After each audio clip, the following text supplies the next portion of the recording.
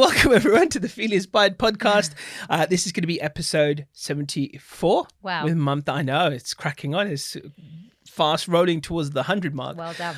But Mamta and I are really good friends. How would you describe yourself as your official professional title? So I'm a business psychologist. There you go. Business psychologist, stroke coach. Stroke coach. Stroke coach Absolutely. as well. We go back, we've just trying to calculate how many years we've Yeah. known each other, about 19 years. Yes. And I think we've both come a long way. And what was really interesting, we met up recently and you actually had some handwritten goals we've both written, which you've handed over to me, which I've got now.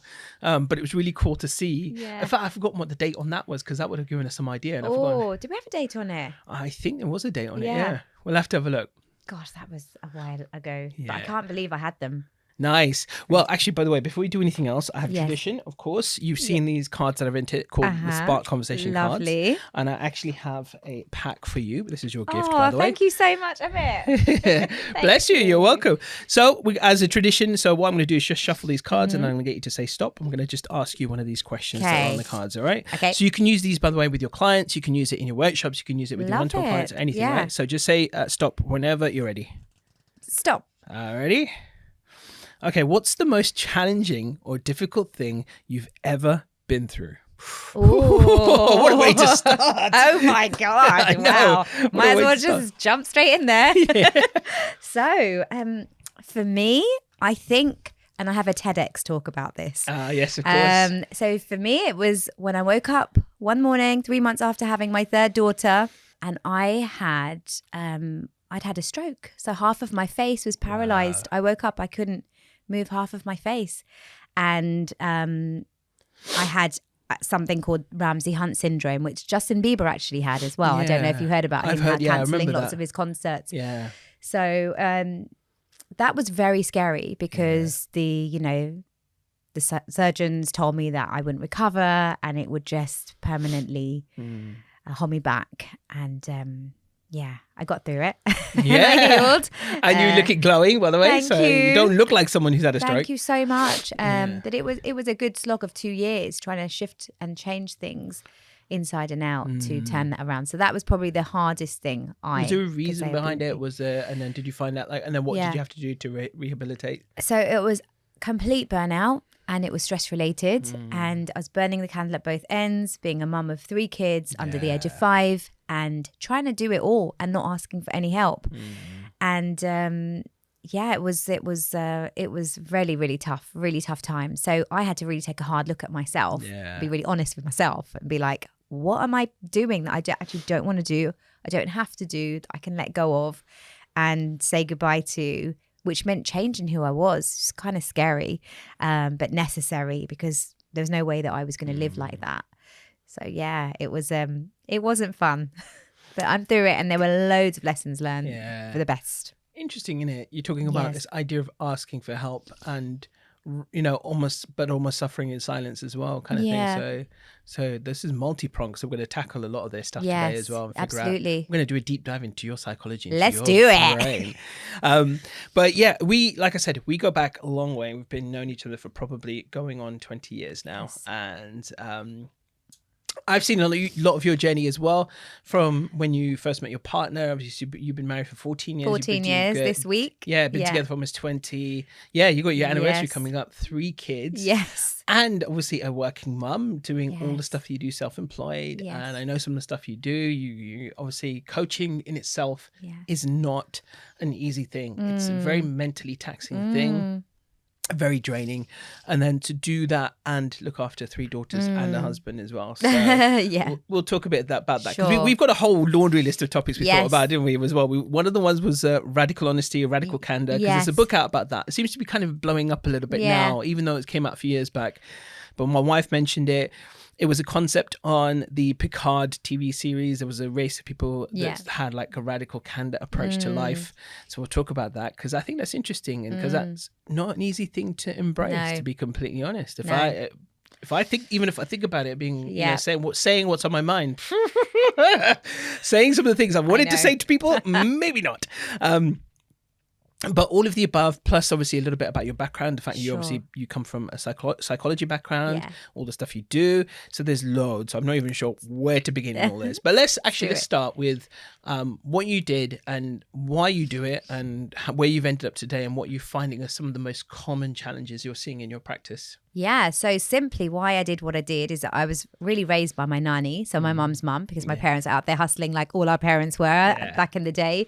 And so I spent a lot of time with my nanny, who used to meditate with the Brahma Kumaris twice a day. Okay. She used to hitchhike the milkman on the way to a meditation center. And the rude boys, when they'd be coming back from clubbing, would be dropping her off home. And I'd be like, why is she in a blacked out BMW, lowered BMW with bass coming out of it?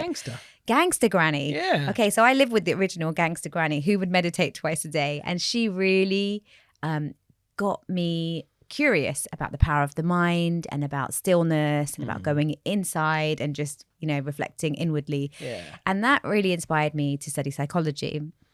And so I studied psychology, and then I was like, right, what do I do with this? And I remember being very interested in job satisfaction, motivation at work, productivity. And that was my drive. I thought, I'd love to know more about that. What makes people tick at work to create really fruitful businesses, or the opposite.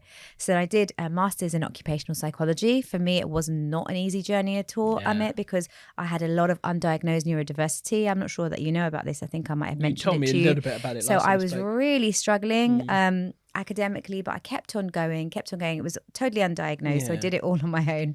Didn't ask for help, and really paid a price for that in terms of stress and anxiety. But then got over the hill, and then I started to work for corporate organizations in business psychology, like Tesco, BP, L'Oreal, various other companies. And and that brings me to, having had in and out of the corporate world, in my own business now. I work with a variety of organizations, and essentially I look at emotional intelligence and how to make people really effective at what they do by raising their self-awareness. So it's often workshops, group coaching, one-to-one coaching sessions, working with leadership teams, when there's like conflict between certain levels. Yeah, it's very satisfying work, actually. It doesn't require many spreadsheets, which I love, because I'm not good at any of that. Yeah. And it's about really just serving people. I see it as service. Of course, I like to get paid, but I see it as service. Yeah. And I do a lot of work with not-for-profit organizations where I will significantly discount my fee, or I'll work pro bono, because it's about people for me. Yeah. So, and I think that's where we have a lot in common, because we love people. Absolutely. And we always have done, haven't we, in personal development. Yeah. So that goes really hand in hand. I'm just waiting for the opportunity to work with you, Amit. We need to just do it now. Like, seriously. Well, we're here working with each other right now. This today. Is the first step. Yeah, first step, definitely. Yeah. That's crazy. And like I said, I definitely want to touch upon this whole kind of not asking for help thing. But also, I was going to say, you also appear on TV quite a lot, actually. Yeah. You do, yeah. So I'm a media psychologist as well. Yeah. So I remember completing my master's in occupational psychology, and I was like, I'd love to be on the TV. Well, in fact, I always wanted to be an actress, but I wasn't allowed, because my parents said to me, we don't want to see your EastEnders kissing a boy. Yeah. And I thought, that's exactly what I want to do. No, I'm joking. So I was like, well, fair enough. I'm not going to get married if I could go do that. So didn't go down the drama route, but was very creative. Yeah. And I got an opportunity to be on the BBC Asian Network, who I love and really appreciate the whole team there. And then from that, it led to Sky News, and then a few other programs on the BBC and GB News. But you know what? People are really impressed by it, but you'll know from going into Sunrise, it's just like, that it's not as glamorous as people think. And I think you can't let it get to your head either. You can't let it get to your head. I mean, I love it. I do enjoy it. And if they gave me my own show, I wouldn't say no. But nice. It's great dipping in and out of the media as well. Yeah. Nice. Yeah. No, good on you. I mean, for all the amazing things that you've done, that you've overcome, the adversity that you've overcome in terms of the interpersonal challenges, the discovering your neurodiversity, all of the above, like it's incredible. Thank you so much, Amit. Thank you. I remember when we first met, like we were both coaches. I think that's one of the things that drew us to each other. And but I absolutely loved your bubbly nature, your absolutely vibrant nature. You were this tiny, I still am. explosion is probably the only adjective I can throw out there that would define you. And you still are, considering all that you've done. You genuinely haven't, like, honestly, like when we met up in the summer, and we both said the same thing to each other. It's like, in no time has passed, you're exactly the same person, and that's exactly who you are. And so out of everything you've done so far, though, what's some of the stuff that you're noticing about the world we live in today, 2024 rolling into 2025, some of the biggest challenges when we have all these tools, everything in front of us, why things for some people may not be getting better? What's going on?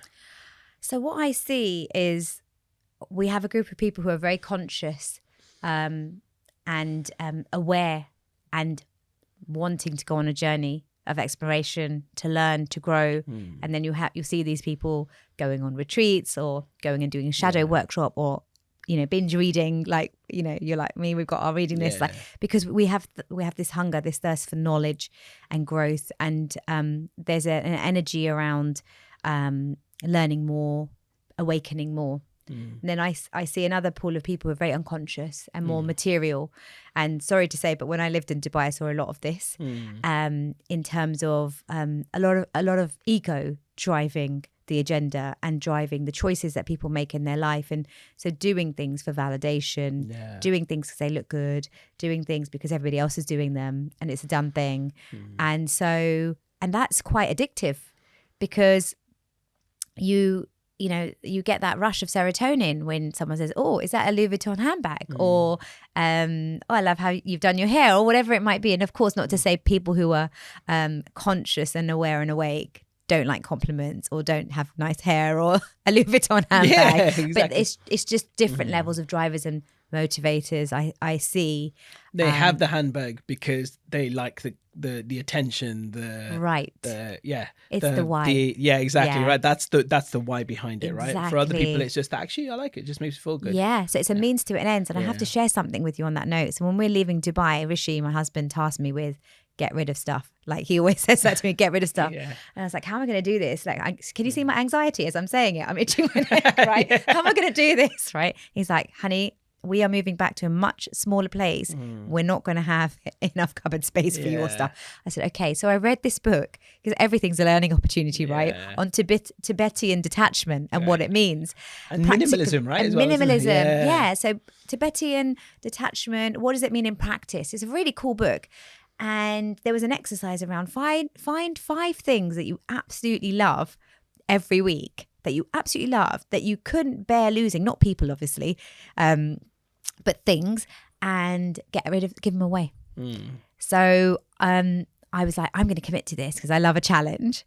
And it was really hard, Amit, because I have all this nice stuff that I spent a lot of money on. And I was like, okay, I know who I'm going to give this to, and I'm going to give that to. And I thought, oh God, how am I going to do this? And then I did it. And it was like, initially I was like, okay, well, they better appreciate it. They better remember this, that. But honestly, as time passed, people were like, are you sure? Are you sure you don't want this anymore? I'm like, yeah, just take it and put it away now, because I will snatch it back from you. I cannot honestly remember what I gave away. And I feel like lighter from within, having gotten rid of that stuff. So I do that as a practice now. I give away lots of things. Like, I just kind of, if I'm not using it, if I've not touched it, just give it away, basically. And there's means to make money, for example, school uniforms or blazers and things like that. But who's got the time for that? Like, I just can't. I just take it. I know what you mean. Like, even just saying that, right? There's going to be people watching this who are going to be like, they'll be cringing as they're hearing it from their own perspective. And what I'm saying is they're going to be thinking about that. Oh, I could never do that. Never in a million years. And I would struggle with that as well. But to be honest, I would class myself as a relative minimalist anyway, except the one thing that my wife will absolutely lambast me over is my gadgets and all that kind of stuff. I love technology. I love gadgets, all that kind of stuff. So she would lambast me over that. The other thing that she would absolutely rip me apart on is clothes. Obviously, because my size, I'm not a designer person. I can't, there's no designer clothes that will fit me anyway, regardless. I mean, except the odd one. But it looks good, by the way. I really like that. You know, these I've had for years as well. It's really nice. And it comes out once in a while. Yeah. But But like if you were to look in my wardrobe, if you looked at my sort of, not obviously trying to show this off, but my underwear drawer, my t-shirt drawer, you'll see everything's properly KonMari'd, folded properly, etc. Right, put away, because I love that kind of stuff. I love just having a tidy mind. Yes. And if you look at my hanging wardrobe, you'll see all these old t-shirts, and my wife just keeps on saying, throw them away, like they, you know, but I'm like, they're still functional to me, right? It's such the atypical husband-wife argument, and this is what I was trying to remember yesterday when I was filming a podcast, but it's that atypical argument. She's like, you know, get rid of this, it's ugly, it's horrible and everything, but I'm like, it fits, it's functional. In fact, it's actually really good, better than some of my newer stuff, because they shrink really quickly, or they just, you know, go out of shape really quickly. And this old stuff fits really nicely, and it keeps fitting really nicely, and I don't have to worry. So I just totally relate to what you said though as well, because if you ask me to do that with my gadgets, that would be really painful. Even if you asked me to do that with some of my clothes, that would be very painful. And obviously you ended up doing it with expensive stuff as well. And I was really glad to. And you know, it feels really good to give things away that you really love. Because you feel good about it, you know. And you know, I had this brooch that my aunt gave me. It's like a vintage brooch, and like I was never going to wear it as a tiger. I was like, I'm never going to wear this. And there's a mum at school, and she loves all that. It's like she'll wear cardigans and she'll wear brooches, and I was like, she should so be wearing that brooch. And I just literally gave it to her, and I just felt like, let her enjoy it. That's good. And you feel good about it. So I think that what's back to your original question, I think what's happening is we're too attached. We define ourselves with what we have. And I think that's dangerous, actually. I think when you start defining yourself with what you have, then you become attached to it. And, you know, in Hinduism, we talk about, not that I'm like deeply religious, but that attachment, the Maya and the longing, it never stops. And it shouldn't really define us. I love that old quote. Detachment doesn't mean that you own nothing. It means that nothing owns you. Yes. Love that quote. Mic drop. Yeah, I love that quote. But it's true. It's very true. Yes. But yes, I even now talking about this, like I feel the discomfort inside. I can tell from your body language. No, I mean, I'm just sitting comfortably, but maybe it is actually. Maybe it's psychological. It's a very unconscious, subconscious behavior. But no, but I genuinely feel that discomfort by that idea. But so interesting that's one of the things. Is there anything else in today's world you see as being some of the biggest things that are causing some of the problems? Like from a relationships perspective, I see a lot of different things. One of which being, of course, social media, dating apps. Not that they're the be all and end all, but just obviously they've contributed because we don't use them in a conscious way, in a proper, you know, really with thought, with planning, with real kind of a choosing behind them. It's almost done on a default setting, and therefore that lands us in trouble. So exactly. I mean, you've been together with your husband for a long time, so and 3 daughters. I mean, that's you know, that in itself is a pretty amazing milestone. Thank you. Even whether it's in terms of relationships or just general, is there any other thing as well that you can think of that is causing the disharmony in today's world? Definitely. I think what I'm seeing is that we have become a generation that struggles to put in the hard work necessary to have strong, real relationships. I think we're really quick to ghost, to say vibes don't lie, and to just forego investment, time and energy that we may have put into something or someone else may have put into, and we've met, you know, in the middle, to just be fickle and run away. I've seen this a lot, having lived abroad for a good couple of years and coming back and going back and coming back to the same places, and you see how people have changed and you just think, wow. So, and I think I personally am a very loyal person. And so I think you are too. It's like literally, you know, you honor that friendship, that loyalty. Maybe you don't speak to each other, but you don't suddenly sort of cut someone off. And I think we've become a fast generation. It's like, if it's not working for me, or if someone said something that I don't necessarily agree with, and this is where the radical honesty comes into it, people haven't got the gusto to be able to bring it and have a proper conversation, say, you know what, I need to talk to you about something, like what you did upset me, or it made me feel like this. And that's what I'm instilling in organizations, by the way. And it's so beautiful, this work around psychological safety. And I think if we could we could bring more of that into our relationships outside of the workplace, then I think it would create for some profound, deep connection. And I think the world needs that more than ever because it's so transient. So that's one thing I feel we don't do enough of, have those difficult conversations. It takes two, you know. Someone I want to get on my podcast as well, and he's written this book as well, Nihal, someone we both know. So he's written a book on how to have difficult conversations, right? Yeah. So and it's interesting because when I first saw the title of his book, you know, it didn't interest me now, but it's just crazy how we evolve as people, because now I look at his book and I think, damn, that is timely. We need this right now. And so, you know, as you said, people want to shy away from those quick conversations because we have those abilities, those tools. I talk about this a lot, right? So when we were dating, you know, 30 years ago, you know, there was none of this messaging 24/7. Like there was a post on our singles group Connect Asian. I remember a guy talking about this. He said his partner was insistent on a daily good morning message, right? And he was really conflicted because he was like, I don't want to do it out of obligation. I don't want to do it because she's telling me to do it. I want to do it. If I want to do it, I'll do it because I feel like doing it. Right. Not because I'm being told to. Yeah. Which to me is one of the, as I was listening to Super Communicators recently, Charles Duhigg was talking about this, that one of the biggest things they found when it came to couples who fought, the difference between the couples who fought but didn't break up and the difference between the couples who fought and did break up was the aspect of control. The one partner trying to control the other. Don't talk to me like that. Listen, you're going to have dinner right now with us right now. You're going to sit down and have dinner as a family. It's the controlling element that seemed to cause the biggest destruction in the relationship. But so she was, anyway, it's a long story short, she was trying to control his behavior. Yeah. And I say that, you know, 20, 30 years ago, we didn't have any of this. You know, we didn't message each other. I mean, texting didn't come out till what, 97 or something? I don't know what it was exactly. You know, and even then it was a very slow burner, wasn't it, initially? And we, you know, we do it for a bit of fun, but it didn't define our relationships. No. But now, you know, the big thing I see is that, oh, he hasn't messaged me yet. She hasn't messaged me yet. Why hasn't she read her message yet? Et cetera, et cetera. We define all these relationships through blue ticks. Yeah, and I think it's because we've come away from who we are and what we're about, and we're so dependent on getting something from the other person.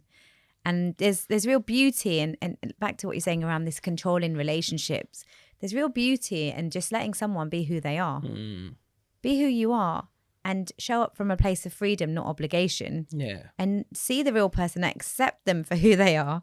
And maybe it's not always easy and it crosses your values and it doesn't really reflect how you would do things. But I think it's important to give people that space, and you just don't know why someone may not have texted back. You have no idea what's going on.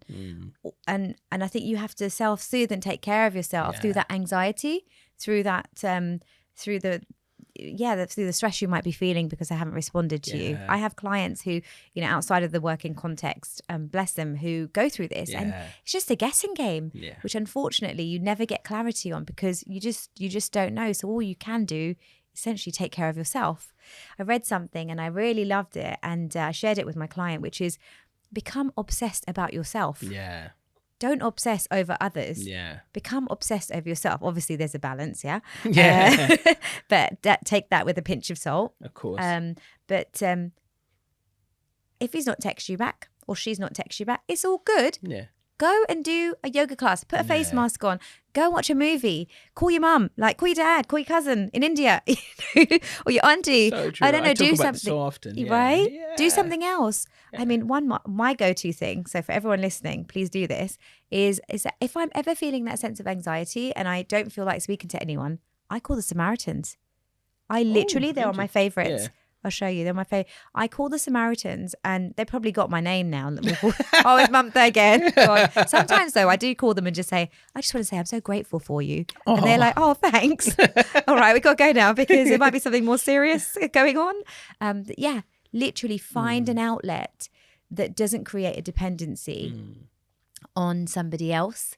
So depend on yourself and learn to take care of yourself to get what you need so that you can cope. Essentially, otherwise it can create for some real self-sabotaging patterns and behaviors in our relationships, which is not healthy. Definitely. You tell me, I bet you're going to agree with me on this, right? See, we place at the beginning of relationships, we place so much importance on this messaging back and forth and whatever. You've been married for 14 years. Yeah. I bet the messages you have with your husband are more about just day-to-day stuff, right? 90%? Yeah, practical stuff. Honey, what do you want for dinner? Yeah. Or like, do you need anything from Sainsbury's? Yeah. Exactly, right? Yeah. So we kind of, same with us, right? Yeah. You know, we place such an importance on it in the beginning. Yeah. Oh, the communication is bad. They're not messaging Yeah. you. But as you get married, if you were to get married to that person and 10 years down the line, that bit, you're not going to give a crap about two hoots about. You just use it for the practicality of using it. Honey, can you pick up some bread on the way back from filming your podcast? Yeah. Blah, blah, blah. You just kind of like realize that actually that doesn't mean anything, but we just put so much emphasis on it in this day and age. Yeah. But it's all manufactured. It doesn't need to be. We don't need to worry about stuff like that. Yeah, exactly. And I think we need to look at our own wounds. Yeah. Like, where is that need coming from? Yeah. Where is the need for having that person respond to you coming from? It's not about them. It's about you. Why am I not feeling like validated enough to be all right with the fact that I've not heard from this person? It's really hard, Amit. It's not easy to do this. Of course. It's really hard because naturally it's like if you have a connection with someone, you've hung out, you've gone on a few dates, or you're building a relationship with them, and then suddenly you don't hear from them, or they're not getting back to you and they've read your message or read your message and then marked it as unread. It can make you think all sorts of things. Notice how you're feeling, pay attention to that feeling, and think about like, where is it coming from and how can I self-soothe myself so that I'm not being needy, essentially. Yeah, obviously it stems from that whole attachment style, having the anxious attachment style versus being avoidant. Right, yes. And like you said, the self-soothing element, being able to kind of, not become fixated on one person. And I say this a lot, right? That obviously first and foremost in stages, one, don't confuse dating with being in a relationship. Because again, I see people, they've exchanged a few messages with someone, they get on really well.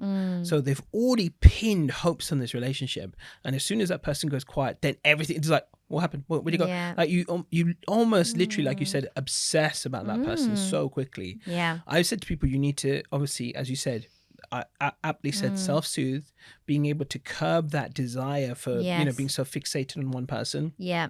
For me, I've said that it doesn't matter, even if you and the person go exclusive, you are not in a relationship with that person until you've had your first big fight. You've got to go from stage 1 to stage 2. Yes. Then you can consider yourself in a relationship. Yeah. Until that point, it's nothing's set. Yeah. And even then, of course, there's no certainty, but you really don't know a person until you've had that real first conflict. Yeah. I think that's the way I define it, because at that point, pretty much most masks fall off. And so it doesn't matter. Then you see someone's true colours. Yeah, yes. People can only hold up a facade so long. 100%. And a fight will usually help it drop very quickly. Definitely. So you have to kind of just be able to sit back and say, I like this person. I definitely want to see where this is going. But I'm not going to give 100% until we've at least kind of negotiated some real challenges together. Yeah. And then you'll know. Exactly. And you got to remind yourself that before this person came into your life, you had a life. Yeah. So, you didn't just start having a life when this person came into your life. So remind yourself of those days. Exactly. Remind yourself remind your brain essentially of the fact that you can live without this person. You have lived your life without this person pre-meeting them, and seek some solace in that too. Yeah. And just let things unfold and unpack, because then you see the truth and then you can go from there. Yeah, absolutely. Yeah. So we talked about this idea, right? This is new to us, both of us. We both probably don't know much about the subject. However, you mentioned it yesterday, and then I mentioned that my wife was talking about it. Yeah. So I imagine that this is going to be a heavily discussed subject in the next couple of years. This idea. So I first came across it in a series that's the final series of Star Trek Picard. So it was a spin-off from Star Trek Next Generation, and he's with some friends, a race of beings, and I think they're Romulan. If that means anything to you, I don't know. No. But part of their philosophy was radical candor. So that is obviously speaking with absolute honesty. Yeah. Not masking what they're, thinking one thing, feeling something, and then saying something else, right? Yeah. And I think this is more and more becoming something quite significant. However, I'm still torn about this subject as well, because naturally in life, you're always going to want to soften the blow of something. For example, how do I look today, honey? Oh, you look great. Wonderful. Right. Yeah, that's the most typical example. Yeah. Would you go around saying, yeah, honey, I don't think you look that good today, kind of thing, right? Would you do that? So this is why I'm torn. But I think just generally speaking, though, to strive towards majority of being quite honest. Yeah.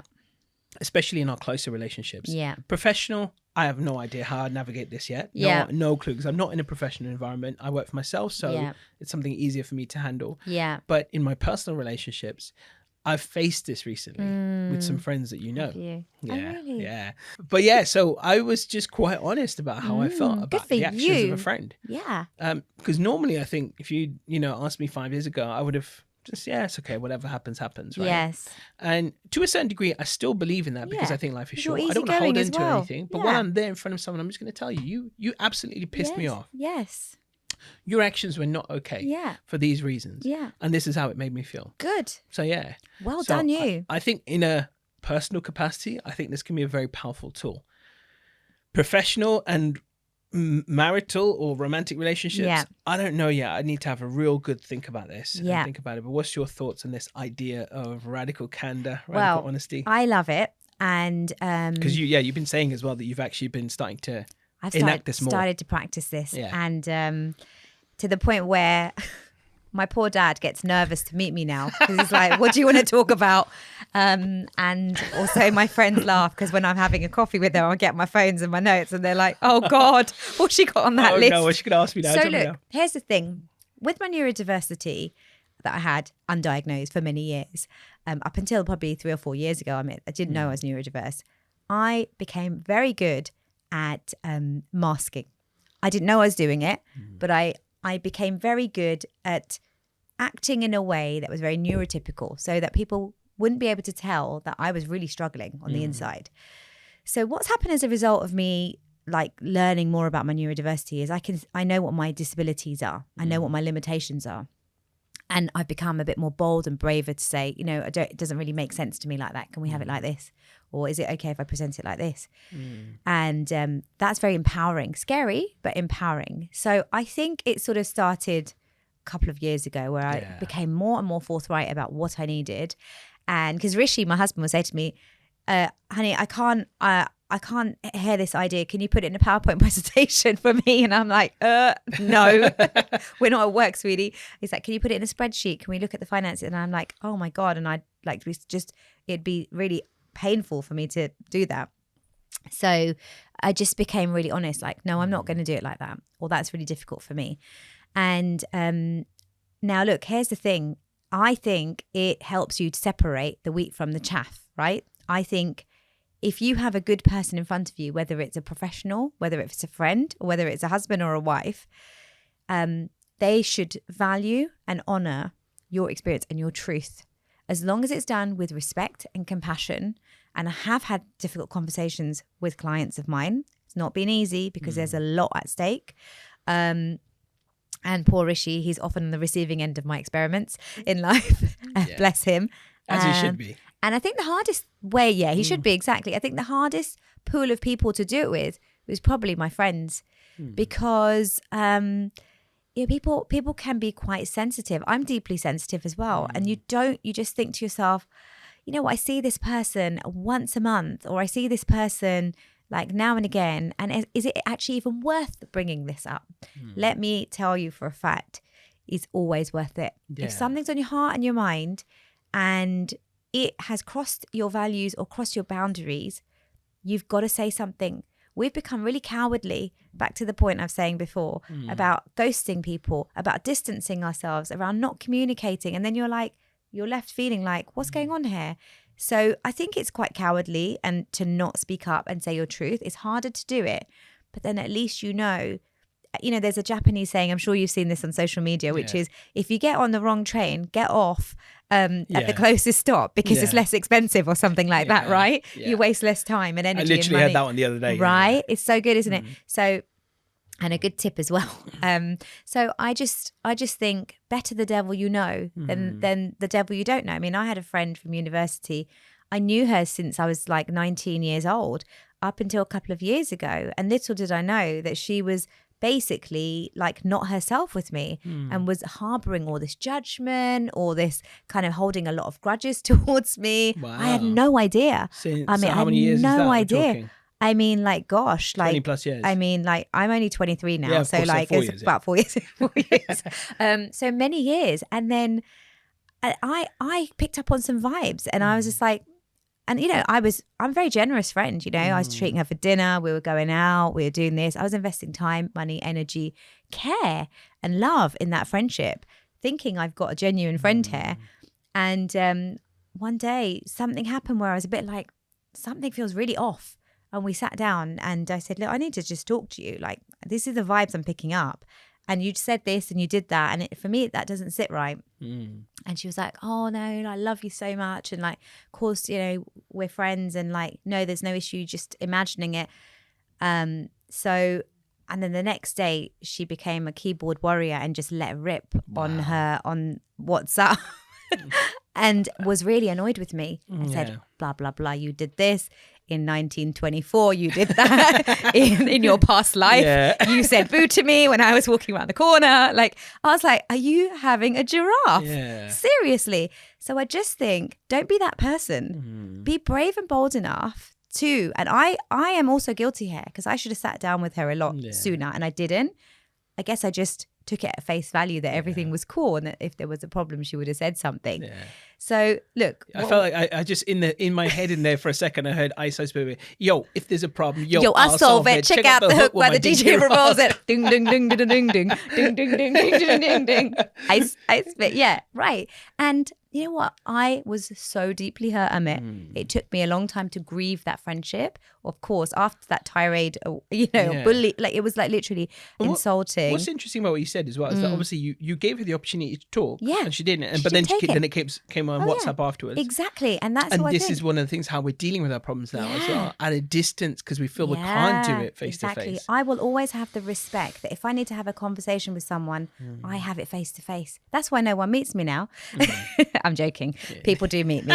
But, you know, I'll always have it face to face because I wouldn't want to receive anything on a text message. And when you have a conversation, like you can actually understand things from someone's perspective, talk things out, and it deepens your relationship. And that person ends up respecting you more if they've got their head screwed on the right way, because they think, you know what, this person's been straight with me and I know how they feel. So I've done a lot of Maria Kondoing in my life with this radical honesty and truth. And I'm on a bit of a roll now, you know. I quite enjoy it. Should I be worried? No, not you. You could never do anything wrong, Amit. Like, I think I should be worried if you ever gave me feedback. But no, honestly, and we've had very honest conversations with each other with compassion, love, respect, and openness. And I think, what other ingredients do you need in a friendship or relationship? Those are the foundational pieces. I think we should all challenge ourselves to radical honesty because life's too short. Yeah. You know? We talked about this when we met up in the summer, but the conversation we had where you not you set us up, but there was a friend of yours, and I went out on a date, kind of a date with her. God, and then you had to tell me what the outcome was. I tell this story a lot, actually. It was where I'd been out on a date with this girl kind of thing, and there's me in my thinking it went well, and her feedback was, oh, he's creepy. I'm so sorry. Don't be silly, but no, I respect you for being able to tell me as well. I would have found that really hard if, you know, I had to tell a friend that. Do you know what I mean? I would have found it very difficult. But everything you said has made so much sense. Good. And I get it. And you know, one thing that has happened for me, obviously you're nowhere near as old as I am because you're obviously 23 and I'm 47, right? Going on 48. Naturally. Not that you look it. That you do. Yeah, you look 25. Thank you. Well, yes. I know. We, you know, as time has gone by, 47, I'm going to be 48 soon. You do go through periods, and you know, this year being such a brutal year, like really, like I've experienced nothing ever like this. But you know, I don't feel the need to keep any fake connections up anymore. You know, I don't. There are times when I would have had connections with people, and you know, one, I find the challenge I personally find is time at the moment anyway. Exactly. I wouldn't have time to keep those connections alive anyway. Two, I generally am friends with people who like us, we could not see each other for the next 10 years, and we'd meet up in 10 years' time and it would be all be the same. Even on Saturday, I was hosting a singles event and I invited a friend. She's a PhD psychologist. I said, come and help me with my event. Yeah. She's lovely, lovely soul, Avni. And she came along. We hadn't seen each other since my wedding. And, you know, we saw each other. It was like we, you know, no time had passed at all. And then, you know, there's nothing there. There's no one harboring anything. The vibes are cool. They're pure. And that's how it should be. Because if you've got selective time and energy and resource, why would you want to spend it with people that kind of, where the vibes are off? But I think where it's worth it, you've got to always have the conversation. Definitely. So like, you know, I have a handful of friends and like where it's worth it, I will sit down and have the conversation because I'm not going to be a flake. Like I'm not going to be ghosting people because something feels off. If I care about them, then it's so worth to have that chat because you learn things that you might not have known, but you have to be selective. That's a sign of a really strong friendship we can just pick up. I sometimes might need a bit of time before I'm ready to address it and stuff. Yes, 100%. No, I get it completely. But yeah, absolutely that. And, you know, my circle of friends is very small now. Very, very small. And I'm so happy with it that way. I mean, don't get me wrong. All my time is spent with other people because I'm coaching, doing the single stuff, whatever, right? So I'm always around people. But in terms of who I consider my close circle of friends, people I could literally, you know, we can just talk shit to each other, talk smack, have a laugh, and never going to be any offense taken. And even if there is, you just sort it out there and then. There and then. Yeah. And so I do see so much value in this concept. And as we do live in an age where time is so scarce, because our time is drained by so many different things, right? Distractions, this, that, the other, more bigger networks than we've ever had in our entire lives, that time resource is the most limited, precious resource. I mean, look at this year, you know, 2 family members gone already, and you know, both very, very young, and you just realize that we just have such little time. Absolutely. And even from that perspective, someone goes to you, okay, what can you do? You just have to be thankful, really. It's hard. It's hard when you care and you invest in relationships and you just think, you know, but you have to just be like, if it was meant to be, it's meant to be, and if it's not, it's not. And I think see it as a gift ultimately. See it as a gift. So it's quite new. Edit. Thank you. It's fine. It's quite nuanced, isn't it? You really have to be the judge of when it's worth having that conversation, and when the door is actually closed. If the door is closed and it feels good to you, you just have to let it go, and make sure that you let it go with love, not with bitterness, you know. So do what you need to do, some rituals and things, like, you know, with one of my clients who had a lot of stuff to let go, we did some letting go rituals. I do a lot of letting go rituals as well of things, but you know, one ritual was just getting a load of pebbles or stones from the garden shop or even just from the park or whatever, and just with the Sharpie writing what you're letting go of. And it doesn't have to be people, it can be an emotion. I'm letting go of anger, I'm letting go of regret or whatever, I'm letting go of Sheila, like, I don't know, whoever. Sheila, it's not my you, sister. No, my cousin's called Sheila. Now, why did I pick that name? It was her birthday yesterday. So not letting go of Sheila ever, whether she likes it or not. We apologise. Do not sue the Feelings by podcast, please. And I love you, Sheila, up in heaven. So I think doing that helps you to leave with grace. Leave with grace and let it be. And so my friend, you know, who was the keyboard warrior, there's no hurtful feelings. There's no anger towards her. Actually, there's sympathy, and there's sympathy. She's trying to be diplomatic, and she failed. You know, it didn't work. She couldn't hold it in because, like you say, that eventually the masks will drop off. And you just have to be thankful and just be compassionate, really, and say, okay, it's cool. Maybe our journey was only supposed to be to this point. And I wish you well. Yeah. What is it? What's that saying? A season, what your friends are a reason, a season, a lifetime.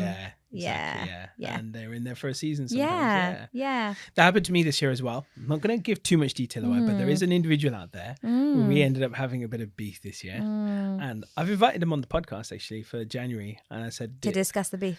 Yeah. I thought, you know what? It's one way of doing it. I thought it's one way of doing it. Like, I want to do it in a compassionate way. I'm not here to sit there and go, you did it. Yeah. But I put it out there. So give me an answer by the end of this month if you want to do it, and we'll do it in January. I've not heard, but let's see. If you need a psychologist, I can be behind the curtain. You can be the ref. Right, round one. Be behind the curtain, hold him back, pin him back.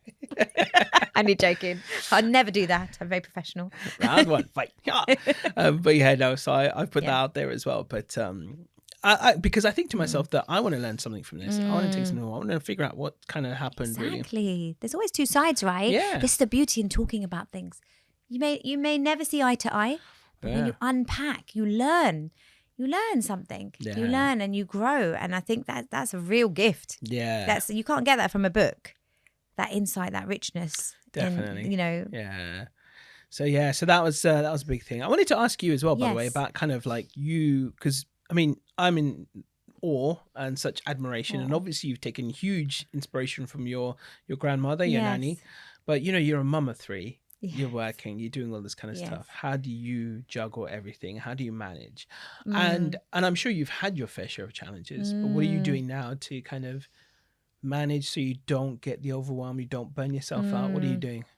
So I'm very selective about, the work that I do, and I don't go out there and hustle and like cultivate more work. I accept what comes to me, and I do feel blessed that I can be in that position, that I don't have to do that, because some people don't have a choice.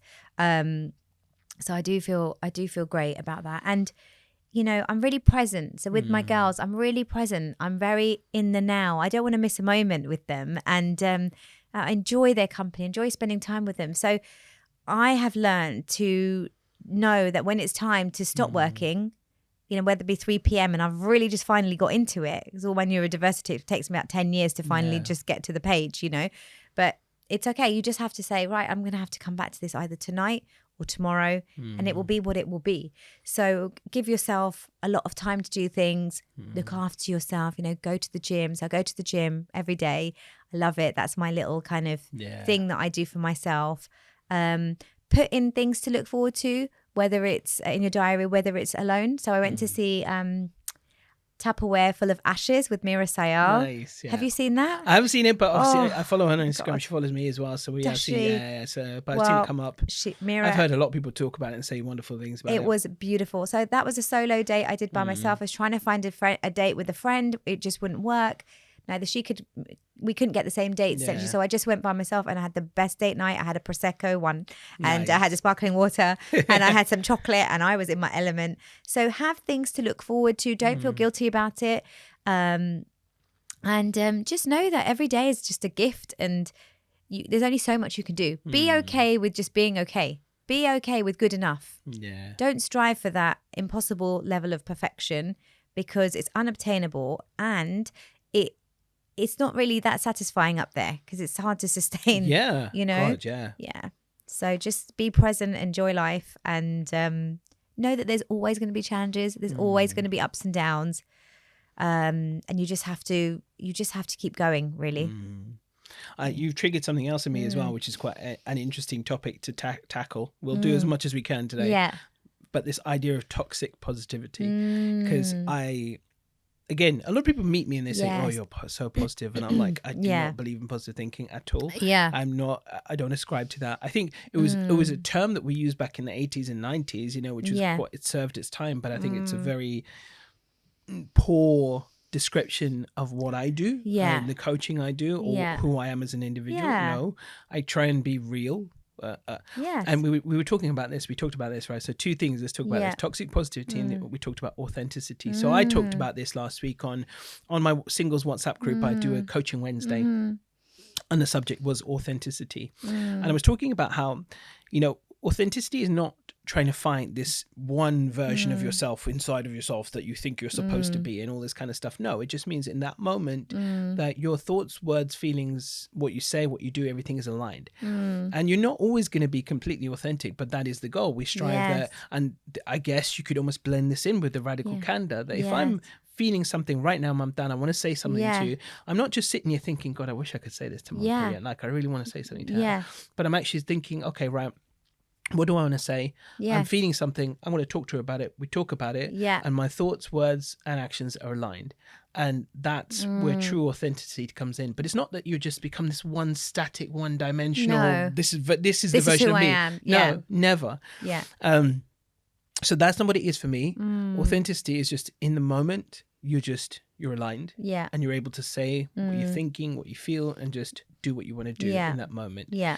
And then the toxic positivity, no, I don't want you to ever mask over what's going on. I don't want you to try and cover up with fake positive thoughts either. No, it's not what it's about. Yes, there's powerful reframing techniques you can do, and just kind of re-evaluating what something means to you, why you're feeling a certain way. Like where did it come from, really, to be honest? Does it come from having an anxious attachment style? Does it come from a past experience? Yes. You know, we've got all of these things that we don't need to mask them and fakely be positive or fakely affirm or anything like that. No, I don't ascribe to any of that. I don't believe any of that. I see a lot of this in a lot of like books that come out. Oh, personal development gurus talk about this. No, I don't know any at all that talk about it this way. I think it's very misinterpreted. Agree. Yeah.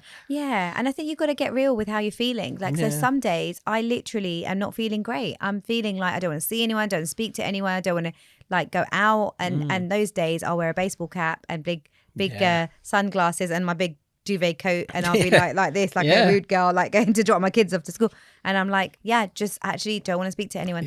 And I think it's good to have those days. It's important to have those days, and it's important to not force yourself to be positive when you're not feeling like it. So you're right, it's about honoring your authentic self, and not forcing yourself to be toxically positive. I don't believe that's really genuine, and that you can be like that. And if you know, life isn't linear, it's not one line, right? Like authenticity isn't one line. You will go through ups and downs. And I think leaning into your downs is really necessary to stay up. Like, we wouldn't be able to have this momentum if we didn't have days where we literally felt like rubbish, you know, like, oh my God, what am I doing? You wouldn't be able to spring back. It's like Peter Senge is a theorist who talks about the elastic band theory, you know? I've heard of that, and you need tension between one point and the other for you to propel forward. So if you just go, and there's no tension, then you're not going to be able to go forward. But so you need that tension. Like, where am I now? Where am I going? Is it good? Is it not? And then boing, you head forward. So I love that analogy. It's so true. It's so true. Right. Even when I'm coaching people, I'm not, if someone's having a really bad day, I don't sit there going, no, it'll be okay. No, I'm like, fuck that bastard. Yes. Yeah. Feel like crap right now. Burn it out. Get those emotions out. Feel what you're going to feel. Yes. Because otherwise it does end up getting bottled up. And, Gabor Mate talks about this as well, that you suppress your emotions. And I listened to his audiobook recently, When the Body Says No, right? He talks about this, how it all can come out then. In one moment, suddenly it's all going to come out. Some of these diseases we see so much of in this day and age. Wow. It's crazy, right? And it's a lot of it, when you look at some of the big diseases, the big killers, whether it's Alzheimer's, breast cancer, one of the big ones he was talking about was ALS, Stephen Hawking, and the type of character behind people who have that disease. There's a lot of linkages there. So if you don't deal with it, if you don't accept it, don't embrace it, and understand actually that your negativity it's the two sides of the same coin. You need that negative side of yourself. It's never going anywhere. You're never trying to get rid of it. You're trying to embrace it and find a way to love it. That if I feel like shit today, I love you feeling shit myself. No, that sounds wrong. I love the I don't think there's any way of feeling like shit. I don't think there's any way. Exactly. I love it, because then it just reminds me sometimes I'm human. You're human. Exactly. You know that over the last year I did a diploma in somatic psychology. Yeah. Did I mention this to you? I don't think you mentioned this. So I'm accredited now. So I'm really happy, because that was a diploma. That diploma was not easy. But basically I was curious, because psychology is all about the mind and body, right? But somatic's all about the body and mind relationship. And so, it's absolutely fascinating, because you just learn that there's so much wisdom that sits within our body, and we just don't listen to it. And I think back to me having that stroke, my body was, I'd get migraines, I'd get like stomach aches, I just feel so tired. And I was just ignoring it. And then eventually my body's like, you're not listening, so we're going to have to do something pretty scary for you to wake up. So I think that when you start to honor your feelings from within your body, then like you're saying, you had a client who's not feeling good, and you're just like, lean into that. Because often we're going to run away. So Brené Brown says, lean into it. Don't face your fear, lean into it. So similar with this, in that I had a client who said, I just feel so fatigued, I just feel so tired. And like, okay, we explored it. Okay, so where's it sitting? It's sitting in my belly, it's sitting in my gut. I just feel so tired, depleted. Okay, great. So what is it asking you to do? It's asking me to rest.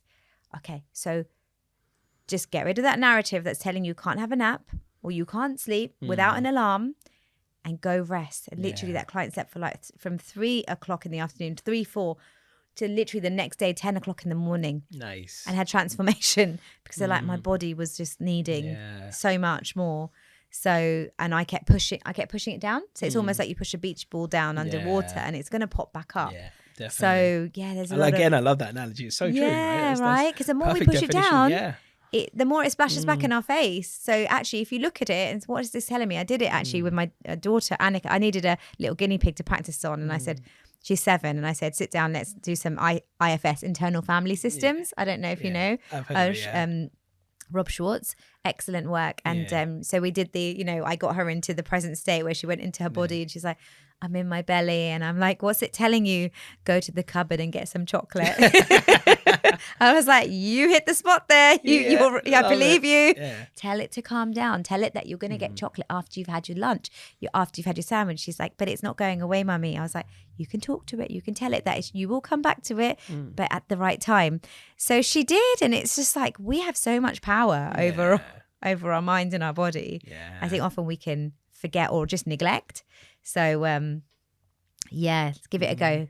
Yeah, more and more now neuropsychologists and neuroscience is discovering the link between mind and body and the effects it has. And just, I don't know if you've listened to or read Expectation Effect. No. I tell you what, that's great. That's a great book to read. Ooh. Yeah, I've forgotten the name of the author, but it's all about understanding the power of our brain when it comes to in reference to the placebo and the nocebo effect.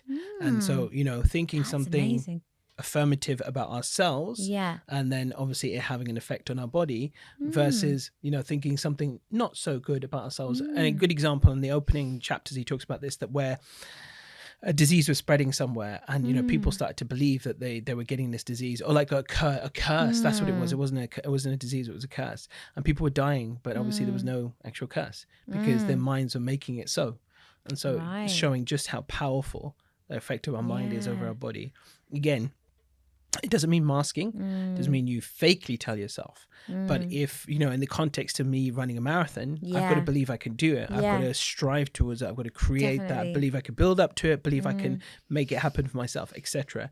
So that's the difference. I'm not saying, yes, I could do anything in the world that I put my mind to, that kind of thing. But no, a specific goal. Yeah, I could do that. I'm going to work at it stage at a time, step at a time, right? I can run 5K today, 2 weeks time I'll run 10K, etc., and you build up to it. But just understanding just how powerful the mind truly is. Ironically, he starts the book talking about the misnomers of the law of attraction, right? But ironically, I read that book and I was like, you've practically approved it. Do you know what I mean? It's like, for me, when I see prefaces to books like that, and I think to myself, you're kind of making this big statement, but actually your book is pretty much saying proving,